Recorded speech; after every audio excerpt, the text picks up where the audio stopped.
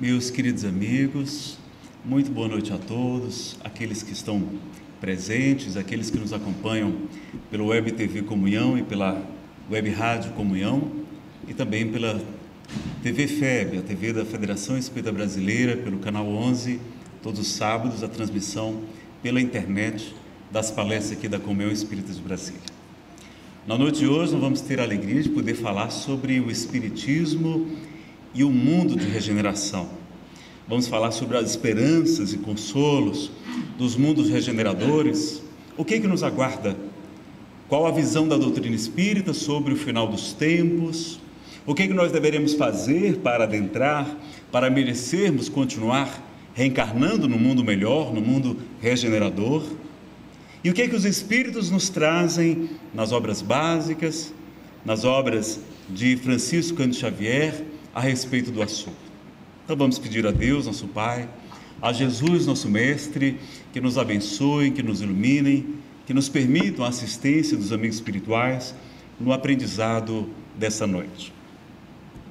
Bom, a nossa bibliografia envolve o Livro dos Espíritos, o Evangelho segundo o Espiritismo, ambos de Allan Kardec, o livro A Gênese, a gente vai utilizar muito, sobretudo o último capítulo, capítulo 18, o livro Obras Póstumas também de Allan Kardec, traz uma comunicação interessante, não mediúnica, mas de estado de êxtase, né, de duas senhoras.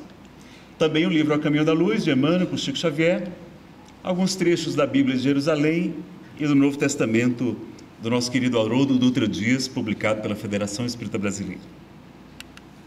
Bom, mundo de regeneração. Vamos estudar então a classificação dos mundos, que está lá, como bem disse a nossa querida Expedita, não é, no capítulo 3º. Vamos falar um pouquinho sobre transição planetária. Nazareno, o que seriam os exilados de capela? A gente também vai comentar. Como é que são esses mundos regeneradores? Qual a diferença deles para o mundo de expiação e provas como a Terra? Crianças índigo existem? Qual a diferença do que se convencionou chamar de crianças índigo, que não é uma palavra espírita, em relação à chamada geração nova, do livro A Gênese, publicado por Allan Kardec? Apocalipse na visão espírita, hoje não vai dar tempo da gente aprofundar. A gente tem seminários com 4 DVDs, 12 palestras abordando transição planetária e Apocalipse na visão da doutrina espírita. Eles estão disponíveis, já estão gravados, estão disponíveis na Livraria da Comunhão. Toda a renda é revertida para ajudar a nossa casa, que é a Comunhão Espírita de Brasília. Aqueles que tiverem interesse, então podem buscar depois essas fontes. E vamos saber o mais importante na noite de hoje: o de que precisa o espírito para ser salvo, conforme está no Evangelho segundo o Espiritismo, capítulo 15, não é? Bom, então a gente sabe que no capítulo 3º, Kardec estuda os diferentes estados da alma na erraticidade, né, fora do corpo, antes de chegar à condição de espírito puros. Há diferentes categorias de mundos habitados, destinação da terra, causa das misérias terrenas. E lá nas instruções dos espíritos, nas psicografias, que em cada capítulo Kardec coloca, nós vamos ter mensagens sobre mundos inferiores e mundos superiores, mundos de expiação e provas, mundos regeneradores e progressão dos mundos. E ele começa em cada capítulo uma citação do Evangelho tradicional, Mateus, Marcos, Lucas ou João, e vai nos lembrar a frase de Jesus: não se turbe o vosso coração. Credes em Deus, crede também em mim. Há muitas moradas na casa de meu Pai.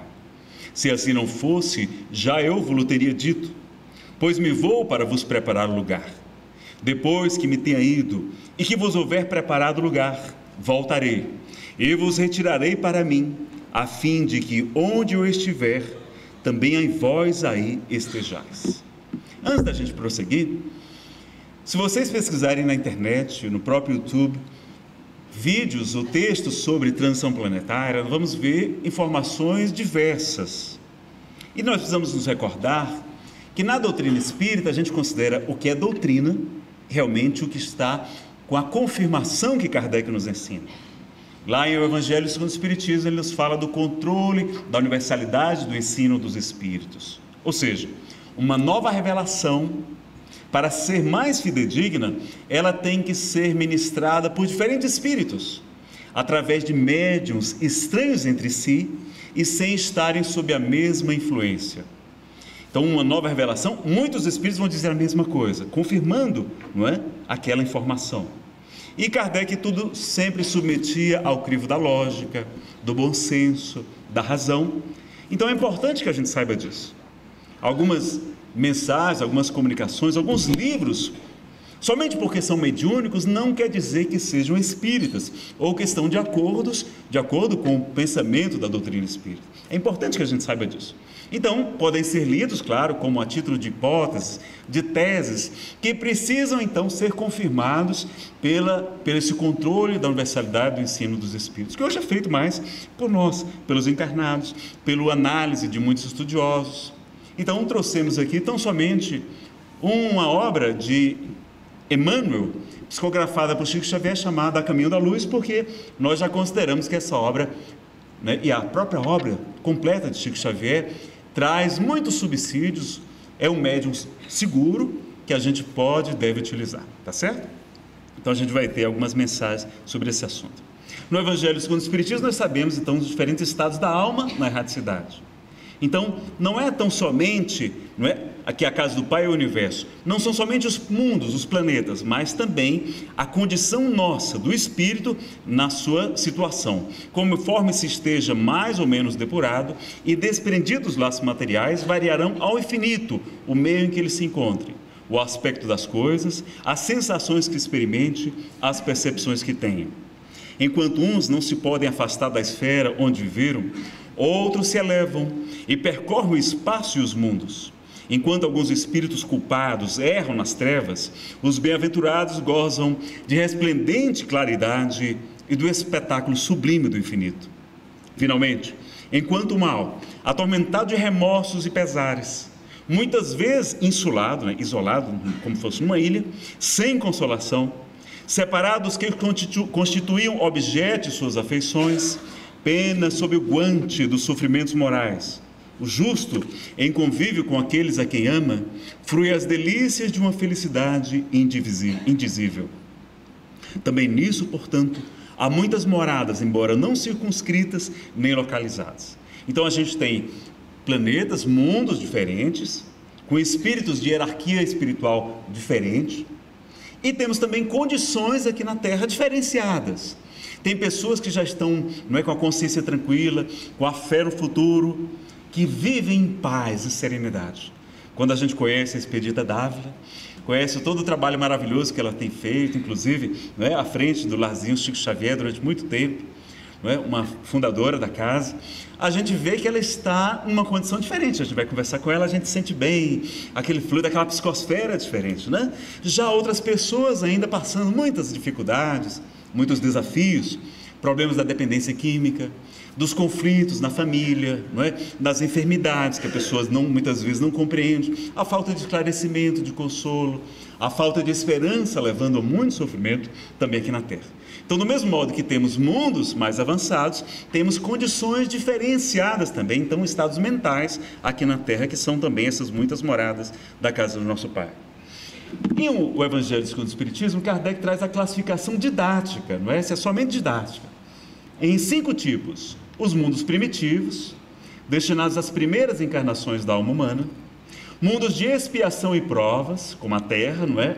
Onde predomina o mal; mundos de regeneração ou mundos regeneradores, é a mesma coisa, nos quais as almas que ainda têm o que expiar, né, o que purificar, aurem novas forças, repousando das fadigas da luta, o próximo passo que estamos adentrando; mundos ditosos ou felizes, onde o bem sobrepuja o mal; mundos celestes ou divinos, habitações de espíritos depurados, onde exclusivamente reina o bem. Então nós temos 5 tipos principais de mundos. A Terra está na condição de segundo pior. Por isso que a gente vê ainda tantas dificuldades, tantas lutas nesse planeta, mas do mesmo modo que os espíritos evoluem, também os mundos, não é, avançam na hierarquia de superioridade que eles têm. Os espíritos que encarnam o mundo não se acham a eles presos indefinidamente. É-lhes uma recompensa ascender ao mundo de ordem mais elevada, como é um castigo prolongar em sua existência um mundo desgraçado, ou serem relegados para outro, ainda mais infeliz do que aquele a que se vê impedido de voltar quando se obstinaram no mal. E aí a gente trouxe o livro A Caminho da Luz. Esse livro é maravilhoso, pessoal. Emmanuel vai trazer uma narrativa do nosso planeta, da civilização, de todo o avanço que nós temos tido desde os tempos imemoriais, fazendo uma análise do ponto de vista espiritual. E vai nos explicar, por exemplo, muitas lendas, muitas alegorias, figuras que nós encontramos, inclusive na Bíblia, e em outros livros sagrados também, que têm a explicação nesta informação que Emmanuel nos traz. Ele vai dizer, por exemplo, que na constelação do Cocheiro, também chamado Cabra ou Capela, nesse conjunto de planetas orbitam, de estrelas e planetas, orbitam mundos, inclusive um deles, muito semelhante à Terra, que avançava então de mundo de expiação e provas para a condição de mundo de regeneração. E os espíritos que não se adequaram àquele novo nível evolutivo, depois de ter sido dados chances de acompanhar o progresso, eles então têm que sair dali, eles emigram de lá e vêm aqui para a Terra para nos ajudar no progresso intelectual, com todo o conhecimento que eles já traziam, mas que para eles foi como se fossem anjos caídos, daí porque a lenda dos anjos caídos, do paraíso perdido, porque este mundo na constelação de Capela já era muito avançado, tinha uma série de facilidades na saúde, na tecnologia, na medicina, no conforto. Lá já tinha ar-condicionado, como nós temos agora aqui no salão, já tinha internet, tanta coisa boa, certamente também, todas as comodidades que o progresso tecnológico nos proporciona. Então, eles perdem aquele mundo e vêm para a Terra, e aqui serão missionários desenvolvendo o nosso planeta. Reencarnam em 4 grandes grupos, como nós vamos ver aqui, e vamos perceber então que aqueles hominídeos, aqueles homens das cavernas, Australopithecus, homem de Cro-Magnon, homem de Neandertal, uma série de hominídeos, de primatas que nós tivemos antes da espécie Homo sapiens, de repente eles dão um salto evolutivo, é o chamado elo perdido. Até hoje a ciência, a antropologia, a paleontologia não consegue explicar como é que de repente aquele cérebro se tornou muito maior, os traços se tornaram mais aformoseados, e Emmanuel então nos traz a informação de que seriam esses espíritos jamais adiantados, eles reencarnando na Terra, lhe imprimiram esse salto evolutivo, esse elo perdido, Então ele vai nos falar dos exilados de Capela. Ele traz então a informação que nós trouxemos aqui do livro. Um mundo em transições. Veja que são mudanças, não só uma. Há muitos milênios, um dos orbes da Capela, que guarda muitas afinidades com o globo terrestre, atingira a culminância de um de seus extraordinários ciclos evolutivos. As lutas finais de um longo aperfeiçoamento estavam delineadas. Como ora acontece convosco. Está acontecendo com a gente, pessoal. Relativamente às transições esperadas no século XX, neste crepúsculo de civilização. Alguns milhões de espíritos rebeldes lá existiam, no caminho da evolução geral, dificultando a consolidação das penosas conquistas daqueles povos cheios de piedade e virtude. Mas uma ação de saneamento geral os alijaria, os afastaria daquela humanidade, que fizera jus à concórdia perpétua para a edificação dos seus elevados trabalhos. As grandes comunidades espirituais, diretoras do cosmos, deliberaram então localizar aquelas entidades que se tornaram pertinazes no crime, aqui na terra longínqua, onde aprenderiam a realizar na dor e nos trabalhos penosos do seu ambiente as grandes conquistas do coração e impulsionando simultaneamente o progresso dos seus irmãos inferiores. Foi assim que Jesus recebeu, à luz do seu reino de amor e de justiça, aquela turba de seres sofredores e infelizes. Com a sua palavra sábia e compassiva, exortou essas almas desventuradas à edificação da consciência pelo cumprimento dos deveres de solidariedade e de amor, no esforço regenerador de si mesmas. Mostrou-lhes os campos imensos de luta que se desdobravam na terra, envolvendo-os no halo bendito da sua misericórdia e da sua caridade sem limites. Abençoou-lhes as lágrimas santificadoras, fazendo-lhes sentir os sagrados triunfos do futuro e prometendo-lhes a sua colaboração cotidiana e sua vinda no porvir. Ele prometeu a esses espíritos que voltaria, que estaria conosco aqui na Terra. Por isso que muitas civilizações, muitas religiões falavam, né, da chegada de um Messias, desse ser especial, como é Jesus de Nazaré. Emmanuel comenta, continua: aqueles seres angustiados e aflitos, que deixavam atrás de si todo um mundo de afetos, não obstante os seus corações empedernidos na prática do mal, seriam degradados da face obscura do planeta terrestre, andariam desprezados na noite dos milênios da saudade e da amargura, reencarnariam no seio das raças ignorantes e primitivas, a lembrarem o paraíso perdido nos firmamentos distantes. Por muitos séculos não veriam a suave luz da capela, mas trabalhariam na terra, acariciados por Jesus e confortados na sua imensa misericórdia. E aí, ele diz que foram em 4 grandes grupos, né, que vieram aqui à Terra: os chamados grupos dos Árias, a civilização do Egito, o povo de Israel, as castas da Índia, e dos Árias descende a maioria dos povos brancos da família indo-europeia. Nessa descendência, porém, é necessário incluir os latinos, os celtas e os gregos, além dos germanos e dos eslavos, né? Lá vocês vão ver com muito mais detalhes essa informação. Vão atrás dessa fonte do livro A Caminho da Luz, que vale a pena vocês conhecerem e estudar. Voltando ao Evangelho segundo o Espiritismo, nós temos agora os mundos regeneradores. Mas eu vou pedir para alguém ler para mim essa mensagem. Tem um vídeo que eu encontrei no YouTube. Vocês encontram com o título de Mundo de Regeneração. Uma voz muito mais bonita, muito mais agradável, né?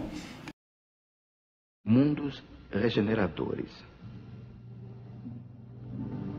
Entre essas estrelas que cintilam na abóbada azulada, quantas delas são mundos, como o vosso, designados pelo Senhor para expiação e provas? Mas há também entre elas como há mundos transitórios que podemos chamar de regeneradores. Cada turbilhão planetário, girando no espaço em torno de um centro comum, arrasta consigo mundos primitivos de provas, de regeneração e de felicidade. Já ouvistes falar desses mundos em que a alma nascente é colocada ainda ignorante do bem e do mal, para que possa marchar em direção a Deus, Senhora de si mesma, na posse do seu livre-arbítrio. Já ouvistes falar das amplas faculdades de que a alma foi dotada para praticar o bem. Mas existem as que sucumbem. Então Deus, que não quer aniquilá-las, permite-lhes ir a esses mundos em que, de encarnações em encarnações, podem fazer-se novamente dignas da glória a que foram destinadas. Os mundos regeneradores servem de transição entre os mundos de expiação e os felizes. A alma que se arrepende, neles encontra a paz e o descanso, acabando por se purificar. Sem dúvida, mesmo nesses mundos, o homem ainda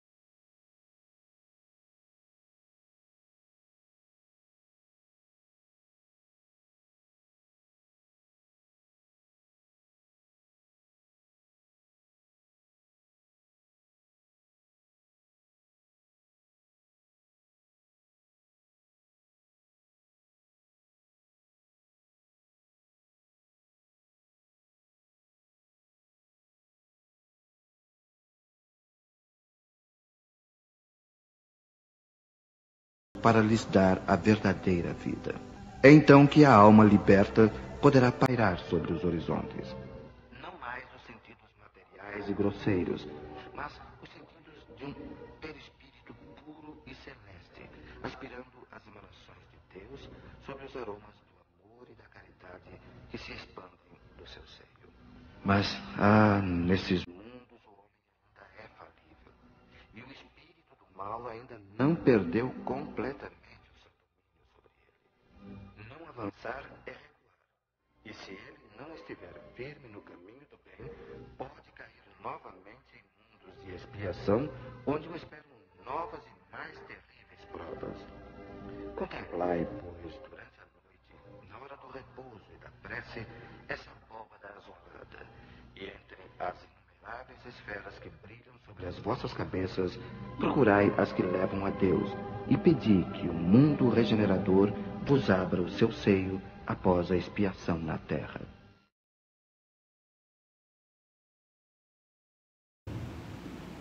É uma mensagem de Santo Agostinho, em Paris, em 1862, do Evangelho segundo o Espiritismo, lá daquele mesmo capítulo, o capítulo 3º, né? Bom, a gente lembrar então que é a aurora da felicidade, não é a felicidade perfeita ainda. Lá a gente então ainda tem carne, não é? Ainda somos espíritos encarnados, ainda temos de suportar provas, mas já não temos mais as angústias pungentes da expiação. Você sabe que é diferente, não é? Toda expiação é também uma prova, mas nem toda prova é uma expiação. Uma prova é um desafio para o espírito avançar, para a gente se desenvolver nas grandes qualidades dos anjos, que um dia todos chegaremos a essa condição. Enquanto que a expiação é a purificação, não é? É muitas vezes um resgate, uma reparação para que a gente possa avançar. Então lá a gente vai ter provas, não vamos ter mais as pungentes angústias da expiação. E o homem ainda é falível, então a gente tem que continuar marchando, se exercitando no bem, e ao final Santo Agostinho nos convida para contemplar, pois à noite, a hora do repouso e da prece, a abóbada azulada e das inúmeras esferas que brilham sobre as vossas cabeças, indagai de vós mesmos quais as que conduzem a Deus, e pedi-lhe que o mundo regenerador vos abra seu seio, após a expiação da terra. Então, a gente deve aspirar, não é, a mundos melhores e também ajudar que a própria terra se torne um mundo melhor, um mundo de regeneração, do mesmo modo que aconteceu com aquele planeta da constelação de Capela. A terra avança e aqueles espíritos que não se adequarem emigrarão daqui, não terão mais autorização de reencarnar na própria terra, como Jesus nos fala, né, da parábola do joio e do trigo. Quando os seus servos vão perguntar ao Senhor, não é, se deveriam arrancar o joio que foi plantado junto do trigo. O joio é a cisane, uma planta muito parecida com o trigo, e pequenininho, não dá para saber quem é quem. Então o Senhor vai lhes dizer: não, deixai-os crescer juntos, mas ao final, na época da colheita, arrancai o joio aos molhos, aos montes, e lançai-os na fogueira, como eles faziam com as ervas daninhas. Então existe esse período de transição, essa mudança, essa separação entre os espíritos. No livro Obras Póstumas vamos ter uma mensagem maravilhosa também, não é? É um resumo das comunicações dadas pelas senhoras M e T, nós não sabemos o nome delas, em estado sonambúlico, não é? Um estado em que o perispírito se expande e a gente encarnado tem condição de alcançar conhecimentos que muitas vezes não estão disponíveis na vigília. Então ele vai falar sobre a regeneração da humanidade. É também do livro de Allan Kardec. Precipitam-se com rapidez os acontecimentos, pelo que já não vos dizemos como outrora, aproxima-se o tempo. Não. Agora dizemos, os tempos são chegados. E, pessoal, esse livro, não é? Foi publicado depois do desencarne de Kardec, acho que em 1870, não é? E vamos ver que desde aquela época, então, os espíritos já falavam que já chegou o tempo da transição planetária. É um processo lento, gradual, mas que já se iniciou na época de Allan Kardec. Eles falam até que já havia uma gestação de cerca de um século, para aquelas mudanças estarem sendo iniciadas a partir da chegada da doutrina espírita. E elas não avançam, não é? Nazareno, quando é que a Terra vai se tornar um mundo de regeneração? Pessoal, a gente não sabe. Vejam que também, quando perguntaram a Jesus, ele vai dizer que nem o Filho do Homem, nem os anjos do Senhor, mas somente o Pai é que sabe quando é realmente esse processo, essa mudança. Mas como é um processo gradual, e Emmanuel, interrogado no programa Pinga Fogo, em 1971, numa pergunta que não foi ao ar, mas está no livro Plantão de Respostas, da editora Céu, do Centro Espírita União de São Paulo, que cedeu todos os seus direitos para a Federação Espírita Brasileira, todos os livros, né, dezenas de livros que Chico publicou pela editora Céu, vai dizer que por volta do ano 2057 a Terra já estará na condição de mundo de regeneração. Então nós estamos em 2016, daqui a 41 anos, segundo essa informação, como nós falamos, a informação de um espírito, não temos essa confirmação por outros espíritos, apesar que Joana de Ângeles, por Divaldo Franco, também fala nesse período de 2060, não é? Claro, depende de nós avançar, não é? Prorrogar ou adiantar esse período. E a gente sabe que Kardec pediu para a gente tomar muito cuidado. Em O Livro dos Médiuns, os espíritos nos ensinam que os espíritos superiores não utilizam datas, e que quase sempre, o espírito que utiliza data, quase sempre, é o sinal de uma mistificação. Então a gente analisa com cautela, toma aquela informação para análise, mas sem fazer disso uma regra absoluta, tá certo? Então ele vai dizer então que os tempos são chegados. Não suponhais que as nossas palavras se referem a um novo dilúvio, nem a um cataclismo, nem a uma tragédia, um flagelo destruidor, nem a um revolvimento geral. Revoluções parciais do globo se são produzidas em todas as épocas e ainda se produzem porque decorrem da sua constituição, mas não representam os sinais dos tempos. Entretanto, tudo que está predito no Evangelho tem de cumprir-se e neste momento se cumpre, conforme o reconhecereis mais tarde. Aí, em outro momento, ele vai trazer a informação de que não olheis para o céu em busca de sinais precursores, porquanto nenhum vereis, e os que vos nos anunciarem estarão a enganar-vos. Olhai em torno de vós, entre os homens, aí é que Deus descobrireis. Não sentis que como um vento sopra sobre a terra e agita todos os espíritos? Mais adiante, o que se prepara não é, pois, o fim do mundo material, mas o fim do mundo moral. É o velho mundo, o mundo dos preconceitos, do orgulho, do egoísmo e do fanatismo que se esboroa. Do mundo de expiação, a terra se mudará um dia em mundo ditoso, e habitá-lo será uma recompensa, em vez de ser uma punição. O reinado do bem sucederá ao reinado do mal. Vocês lembram que Jesus fala também, bem-aventurados os brandos e pacíficos, porque eles herdarão a terra. Então o mundo não vai se acabar, não é? Aliás, vai, não é? Quando o Sol se tornar uma gigante vermelha, não é? Ele vai crescer, vai se ampliar tanto, que vai engolfar vários planetas, inclusive a órbita do planeta Terra também, não é? Mas isso está previsto para daqui a 5 bilhões de anos. Não é? Pessoal, se em 5 bilhões de anos a gente não sair daqui, né, tem uma coisa errada com a gente. Não se preocupem, tá certo? É daqui a muito tempo ainda. Então não é um fim da Terra, mas o final de uma época. Por isso que ele nos fala no final dos tempos, não é no final da vida, não é no final do planeta Terra, mas no final de um ciclo, de uma época, de uma era chamada de expiação e provas. Então a gente vai avançar e vai falar mais sobre esse assunto. De mundo de expiação, e em O Livro dos Espíritos nós temos essas informações aqui, eu vou ter que avançar por causa do horário, mas uma pergunta importante para a gente que quer criar um mundo de regeneração aqui na Terra. Na questão 932, Allan Kardec interroga: por que no mundo tão a miúde, ou seja, tão comumente, a influência dos maus sobrepuja a dos bons? Resposta: por fraqueza destes. Os maus são intrigantes e audaciosos, os bons são tímidos. Quando estes o quiserem, preponderarão. Então, para os bons que assistem à palestra, eu digo que vamos querer, não é? Vamos fazer essa mudança, vamos ser agentes da própria transformação, da regeneração do planeta. Ah, Nazaré, mas eu não faço mal a ninguém, eu até venho aqui nas palestras, na comunhão, não é? Será que não já está bom, não? Vamos ver o que Kardec pergunta na questão 642. Para agradar a Deus e assegurar a sua posição futura, a sua felicidade futura, bastará que o homem não pratique o mal, ou seja, basta não fazer o mal, está tudo bem? Não. Cumpre-lhe fazer o bem no limite de suas forças. Claro que tem que ter limite também, né, pessoal? Tem gente que não exagera, né? Às vezes até falta de orgulho, falta de humildade, nosso é orgulho. Então é fazer o bem no limite de suas forças. Porquanto responderá por todo mal que haja resultado de não haver praticado o bem. Ou seja, se a gente podia fazer o bem e não fez, e dali surgiu o mal, nós somos corresponsáveis por aquele mal, pela omissão, não é? Pela omissão, tá certo? Nazareno, e crianças índigo, eu ouvi falar, eu achei tão interessante, né? Eu estou querendo ler, eu estou achando que meu filho, que dá muito trabalho, eu acho que ele é uma criança índigo, né? Bom, pessoal, crianças índigo é uma expressão criada por uma senhora, Nancy M. Temple, e o seu parceiro, Ian Tober, não é? Divulgando que uma determinada sensitiva, não espírita, eles não são espíritas, teria visto crianças com a aura azulada. E aquilo seria um sinal para eles de que se tratava de uma geração nova de crianças para fazer a transformação do planeta. Ora,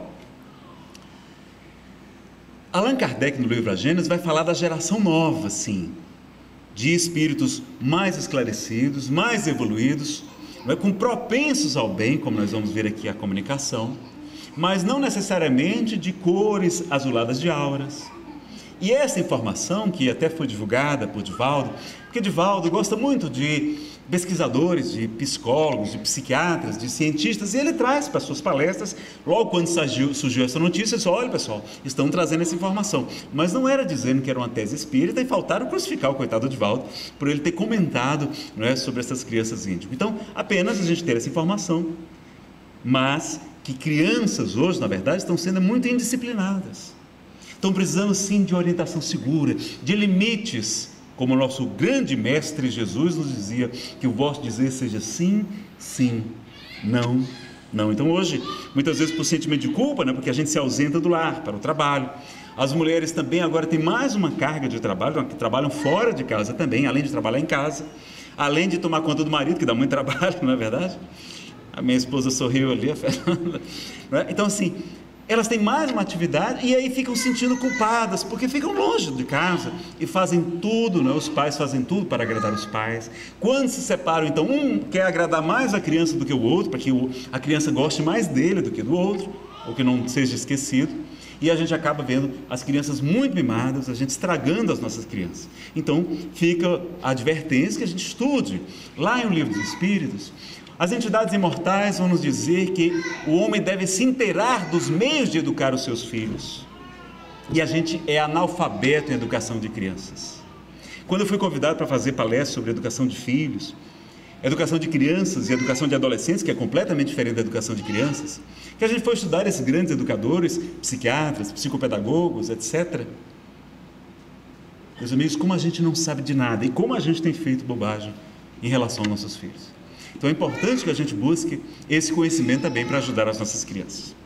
Então, a geração nova, que é assim estudada por Kardec, lá no capítulo 18 do livro A Gênese, né, também obra básica da codificação, no capítulo Os Tempos São Chegados. E eles vão nos trazer essas informações que nós gostaríamos de ler para vocês. No dizer dos Espíritos, a Terra não deverá transformar-se por meio de um cataclismo que aniquile de súbito uma geração. A geração atual desaparecerá gradualmente e a nova lhe sucederá do mesmo modo, sem que haja mudança alguma na ordem natural das coisas. Tudo, pois, se processará exteriormente, como de costume, mas com uma única e capital diferença. Uma parte dos espíritos que encarnavam na Terra, aí não mais tornarão a encarnar. Em cada criança que nascer, em vez de um espírito atrasado e inclinado ao mal, que antes nela encarnaria, virá um espírito mais adiantado e propenso ao bem. Me recordei também de José Raul Teixeira, em uma de suas palestras ele comenta que Chico Xavier teria lhe dito que desde a Segunda Grande Guerra Mundial, muitos espíritos já não têm mais autorização de reencarnar na Terra. Nazareno, como é que a gente tem visto tantas tragédias, tantos crimes horrorosos? Bom, hoje a gente tem uma imprensa com muito mais recursos, não é? A grande comunicação, a globalização, etc., mas também nós temos a informação de André Luiz na série A Vida no Mundo Espiritual, que começa com o livro Nosso Lar.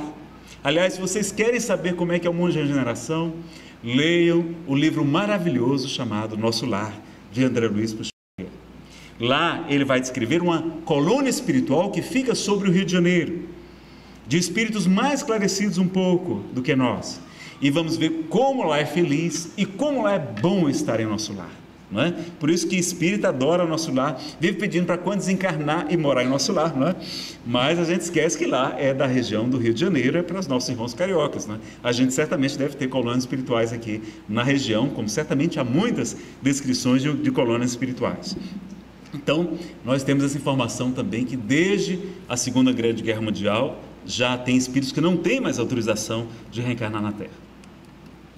Trata-se, pois, muito menos de uma nova geração de corpos do que de uma nova geração de espíritos. Então, são novos espíritos, não propriamente novos corpos.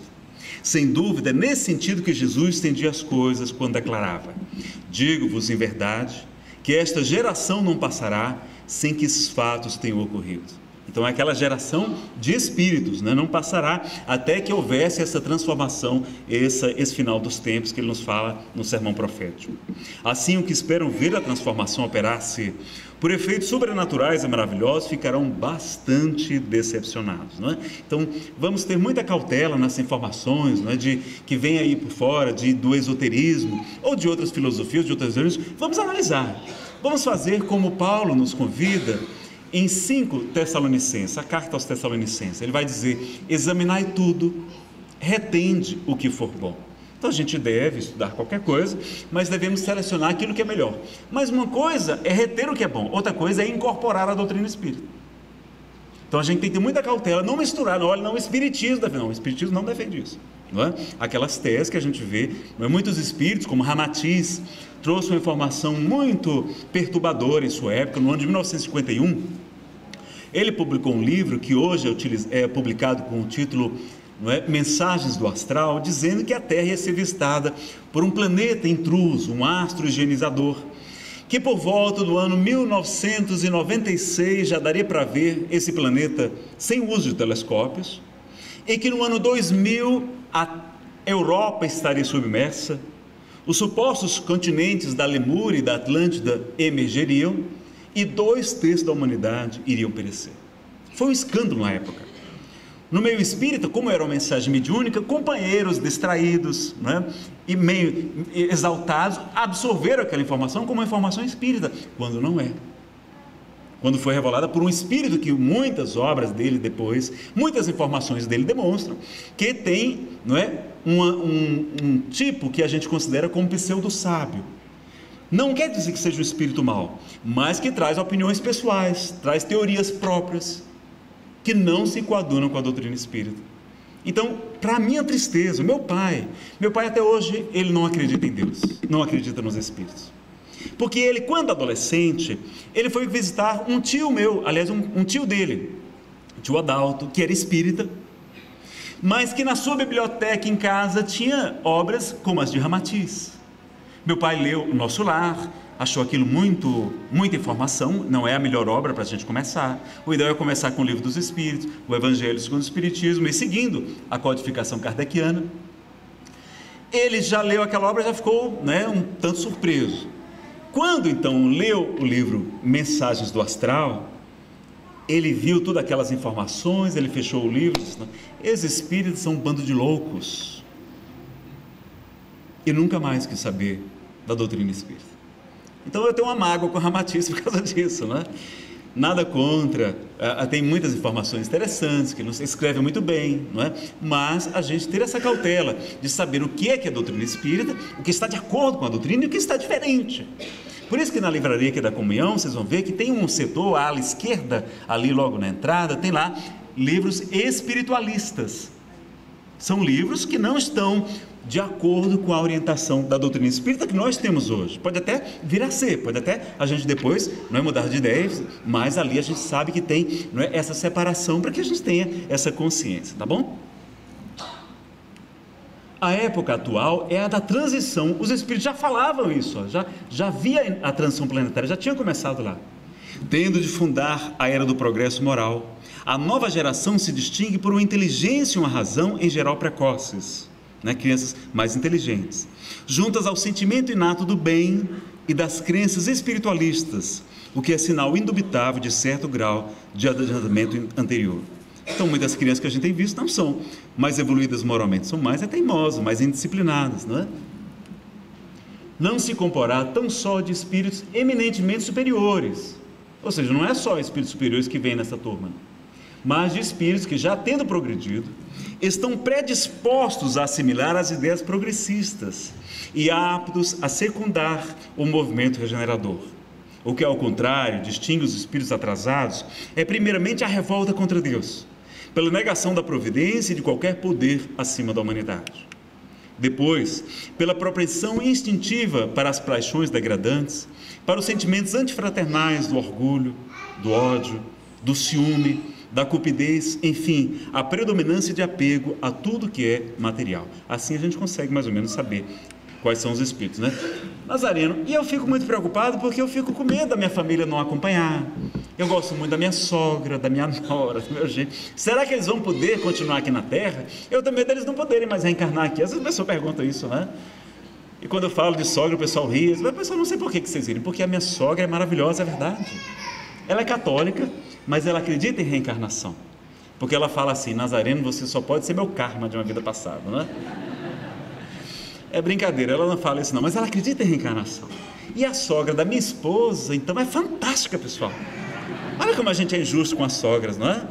Veja que 50% delas são maravilhosas, pelo menos que são as nossas mães, não é? Então, a gente vai ver nesta obra, olha como a misericórdia de Deus é infinita. Os espíritos vão dizer, nesta obra de Allan Kardec, que não são todos os espíritos que serão expulsos da terra, e muitos, ao contrário, aí hão de voltar. Ou seja, muitos que saírem daqui vão poder voltar, porque muitos cederão ao império das circunstâncias e do exemplo. Neles a casca está mais estragada do que o cerne. Eles não são propriamente maus, não são espíritos endurecidos no mal, mas são espíritos que apenas estavam sendo levados pela cultura, pela civilização, pelo materialismo, pelo consumismo que a gente vê tão grande nos dias de hoje.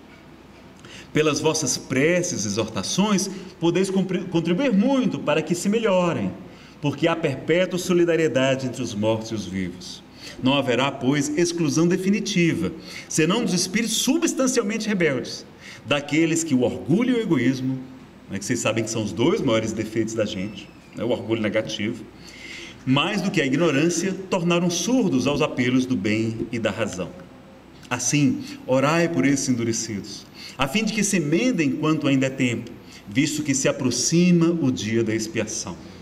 Mais adiante, ele complementa: e como se não se operasse com bastante rapidez a destruição, os suicídios se multiplicarão em proporções inauditas, que nunca foram vistas, até entre as crianças. Meus amigos, nós estamos vendo isso aqui hoje. O número de suicídios gigantesco no nosso planeta por conta do materialismo, da falta de fé, da falta de esclarecimento, de esperança. Muitas pessoas, inclusive crianças, jovens, cometendo suicídio. Não é mais divulgado porque a própria Organização Mundial de Saúde recomenda que não se divulgue nos meios de comunicação, porque os jovens, as crianças, as demais pessoas tendem a querer imitar o exemplo. Mas muitas pessoas, e a gente sabe como espíritas, que a deserção pelo suicídio é uma das provas mais difíceis para nós, que todos, né, experimentarão a decepção, o desapontamento, porque vão se ver do outro lado da vida, sofrendo, vendo a sua família destroçada muitas vezes. Então a gente não deve buscar o suicídio, deve buscar ter paciência, fé, resignação, porque tudo passa, isso também passará. Em que pese a gente sabe que nenhum dos nossos irmãos está desamparado. Maria de Nazaré ensina o livro Memórias de um Suicida, publicado, não é, pela Federação Brasileira de Ivone do Amaral Pereira, do espírito Camilo Castelo Branco, né, que é o mesmo pseudônimo de Camilo Cândido Botelho, que se suicidou e vai narrar como é que foi essa existência. Nesta obra nós sabemos que Maria de Nazaré comanda uma legião de trabalhadores, ajudando todos esses nossos irmãos que desencarnaram pelo suicídio, e pelo trabalho no bem, pelas orações, pelo trabalho mediúnico, nós podemos auxiliá-los muito também, apressando a sua recuperação. Vamos ajudar também os nossos irmãos pelas nossas vibrações, pelas nossas preces e pelo nosso trabalho mediúnico, não é?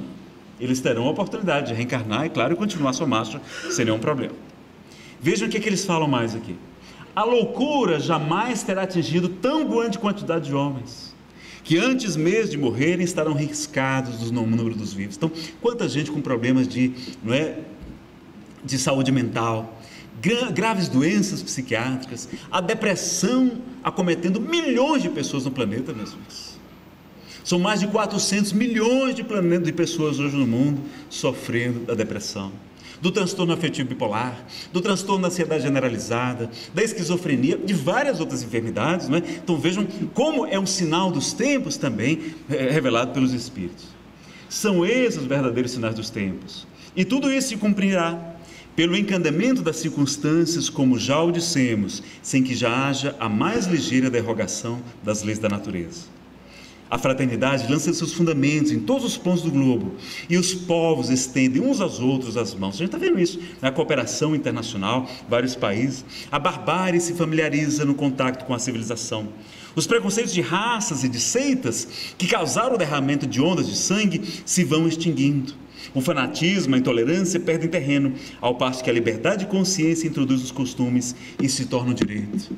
A gente tem visto como o mundo melhorou, como tudo isso avançou. Mas a gente tem a ameaça do Estado Islâmico. Pessoal, é uma minoria ínfima de pessoas que têm abraçado esse ideal, esse fanatismo religioso que a gente, claro, sabe que existe e que devemos orar por eles também, mas eles também, a passo e passo, cederão ao progresso, à civilização. A fé inata será um dos caracteres distintivos da nova geração. Não a fé exclusiva e cega que divide os homens, mas a fé raciocinada, que esclarece e fortifica, que os une e confunde no sentimento comum de amor a Deus e ao próximo. Com a geração que se extingue, desaparecerão os últimos vestígios da incredulidade e do fanatismo, igualmente contrários ao progresso moral e social.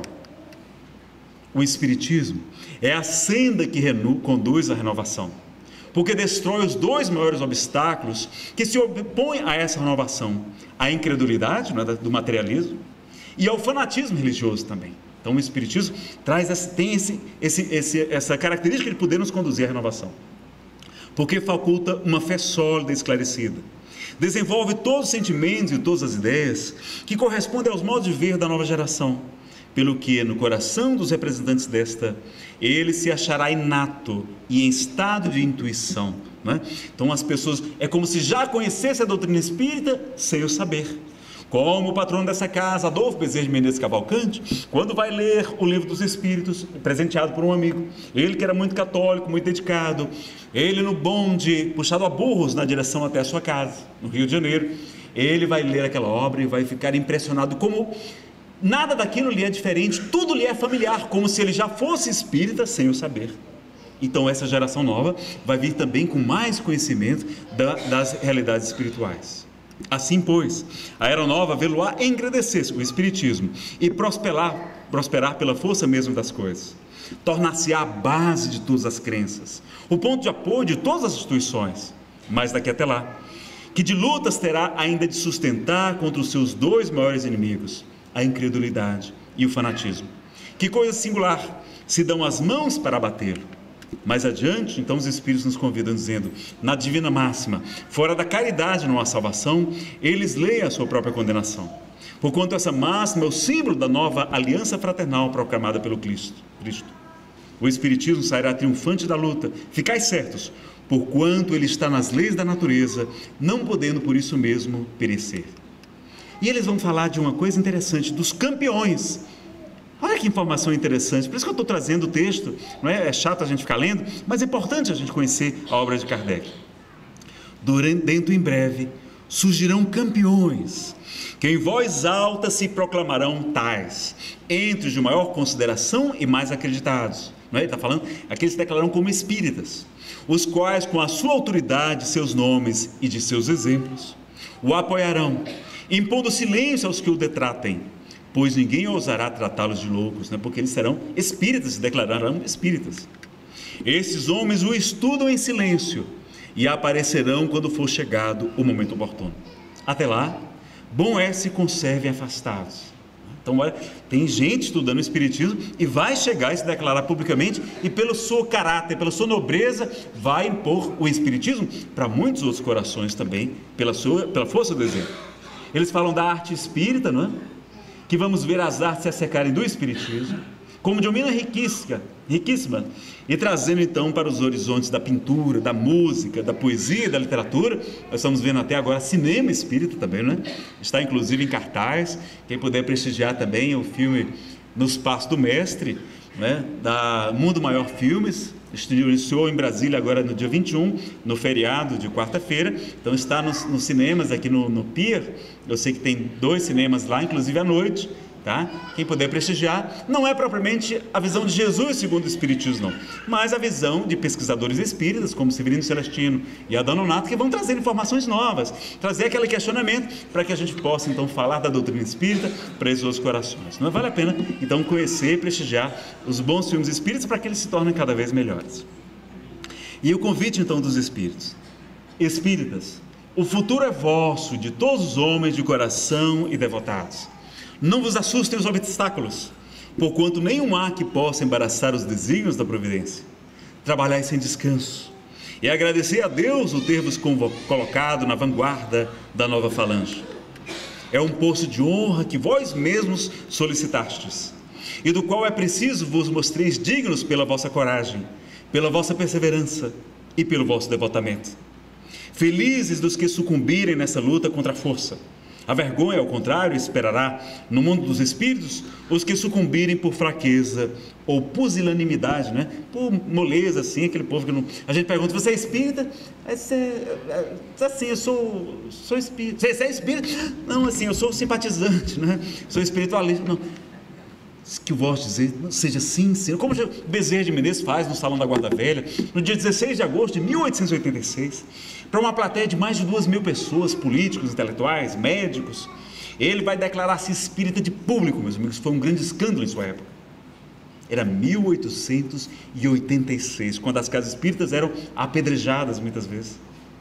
E este homem, com toda a sua grandeza, com a sua nobreza, se declara espírita, fazendo como Jesus nos disse: aquele que me confessar e testemunhar diante dos homens, eu confessarei diante do meu Pai que está nos céus. Então, vamos ter essa honra, essa alegria de nos declarar espíritas e divulgar o bem. E quando a pessoa perguntar: Nazareno, mas isso é coisa do demônio, esse negócio de espiritismo é coisa de Satanás.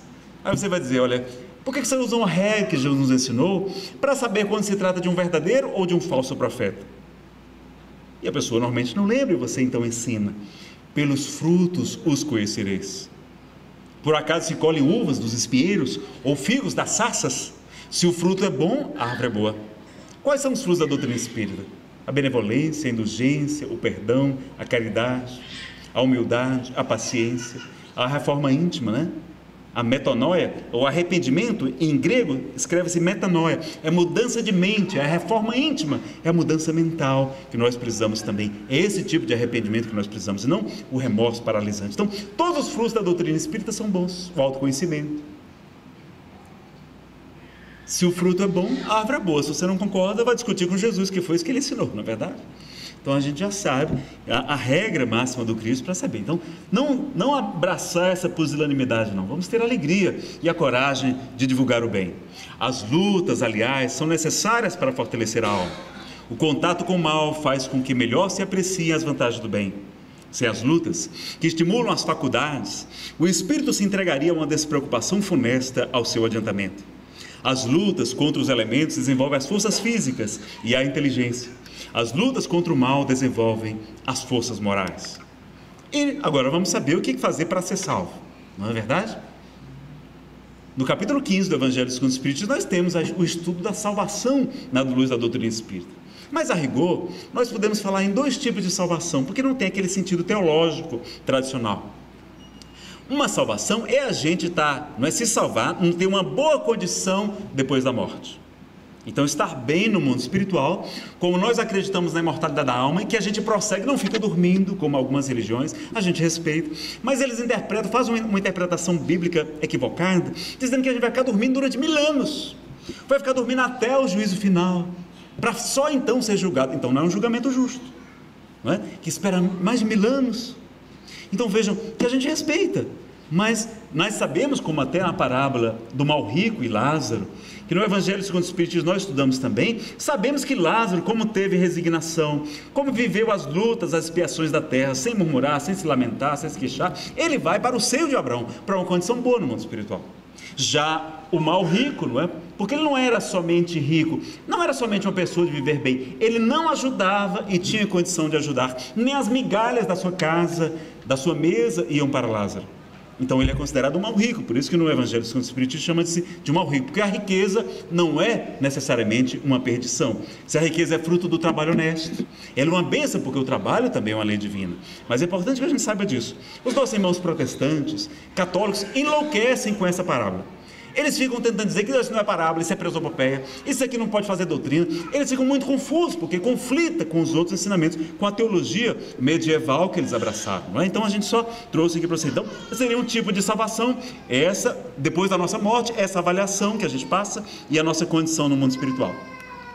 E a segunda, que traz o Evangelho segundo o Espiritismo, é a salvação do final dos tempos. Então Kardec traz a informação de que no final dos tempos Jesus retornará em toda a sua glória, em todo o seu esplendor, com a sua cor de anjos, passará à direita as ovelhas e à esquerda os bodes, não é? Ou seja, separará aqueles mais ou menos bons, que continuarão reencarnando na terra, que se tornará um mundo de regeneração, daqueles outros, da esquerda, os bodes, que emigrarão daqui para outros mundos, outras condições espirituais, onde lá serão missionários, impulsionando o progresso, como os egípcios, não é, como vários dos outros trouxeram progresso e crescimento intelectual para a terra. E ele estabelece o único critério, ele só pede uma coisa. Qual é essa única coisa que Jesus pede? Para saber quem vai passar à direita e quem vai passar à esquerda.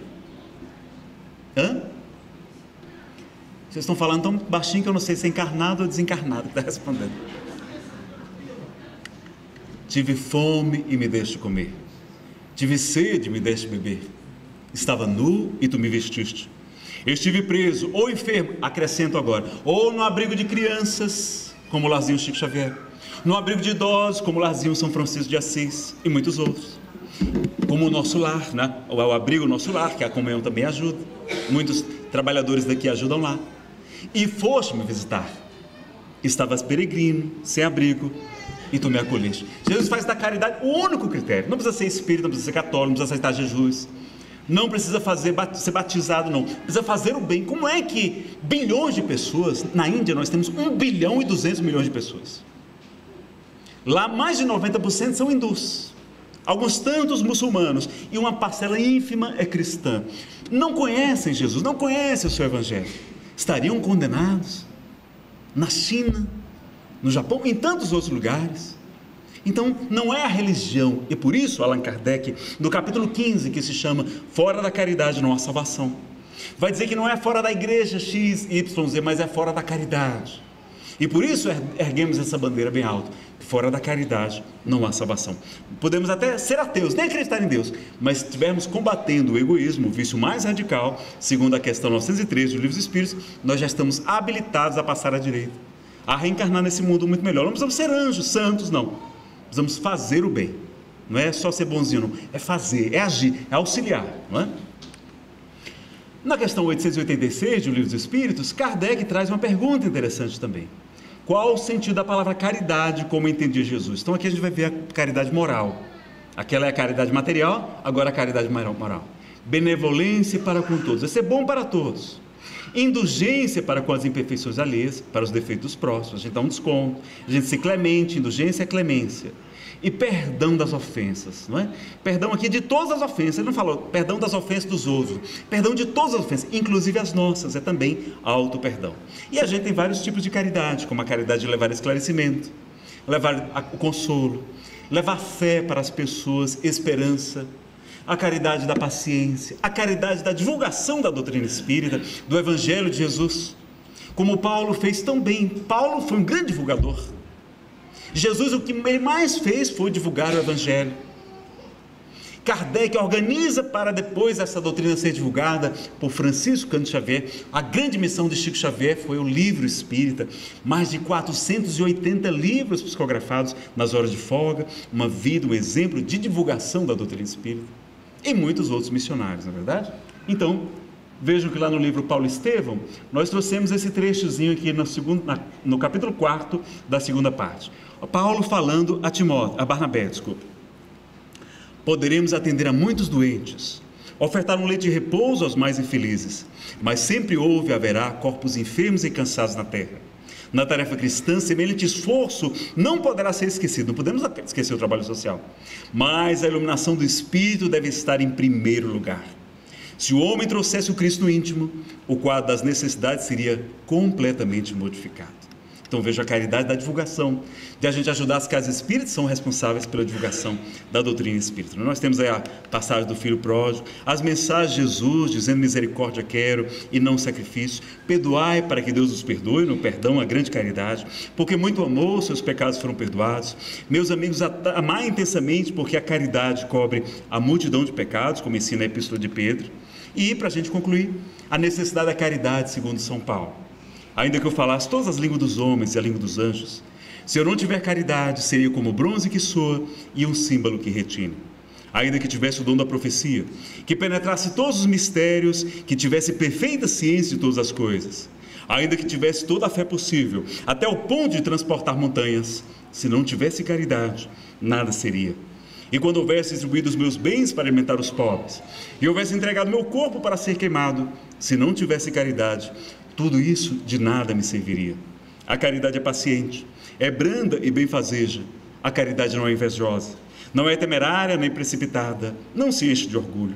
Não é desdenhosa, não cuida de seus interesses, não se agasta, nem se azeda com coisa alguma, não suspeita mal, não se rejubila com a injustiça, mas se rejubila com a verdade.